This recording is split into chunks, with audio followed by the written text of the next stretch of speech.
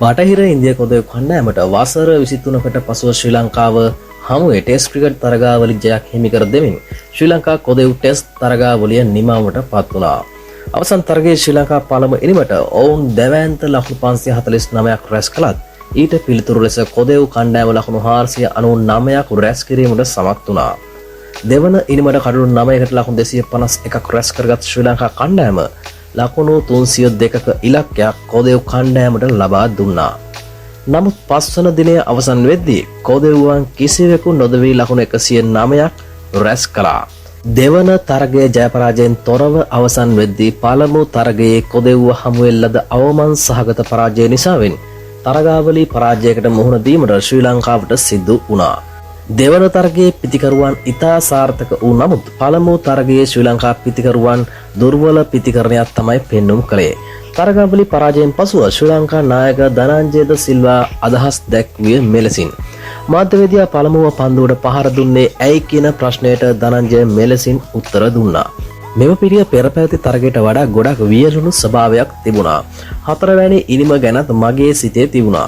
ඒ නිසා මම සිතුවා පළමුව පන්දුවට පහර දීම හොඳ තීරණයක් කියලා. ලහිරු උදාර ගැන කියන්නම ඕනි. කලින් තරගයේ ඔහු ක්‍රීඩා කරේ නැහැ. ඔහුට ලකුණු අතරට ඇවිත් කණ්ඩායමේ ස්ථානය තහවුරු කර ගැනීමට දැඩි උනන්දුවක් තිබුණා. ඉතින් වෙනත් රටක ඔවුන්ගේ කන්ඩිෂන් එක්ක ලොකු ඉනිමක් ක්‍රීඩා කරනවා කියන්නේ ඒක ක්‍රීඩකයෙකුට මාරම අභියෝගයක්. ඔහු ඒක කළා. ඒ වගේම කණ්ඩායමේ ස්ථානය ඔහුට අනිවාර්යෙන් ලැබේ. ඒක මට විශ්වාසයි. ඉතින් තරගයේ ප්‍රතිඵලය සුබදායක කර ගැනීමට නොහැකි වුණේ ඇයි කියලා යලිත් මාධ්‍යවේදියා අහු ප්‍රශ්නයට ඔහු මෙලෙස පවසා සිටියා. මේ පිටිය එතරම් හැරුණේ නැහැ.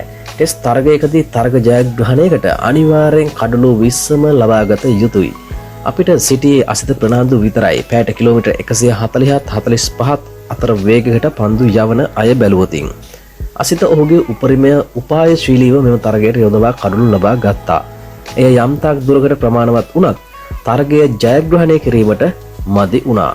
ඔහුගේ සපෝට් එකට සහ අමතර පන්දු යවන්නෙකු මංකිව විදියට මංකිව වේගයට පන්දු යවන්න සිටියා නම් තරගය මීට වඩා වෙනස් වෙන්න තිබුණා. කෙසේ නමුත් ඉස්සරහට තියෙන්නේ ලෝකශූර ඉන්දියාව සමග ටෙස්ට් තරගාවලියක්. අපි ඒ තරගාවලිය හොඳින් කරන්න බලාපොරොත්තු වෙනවා.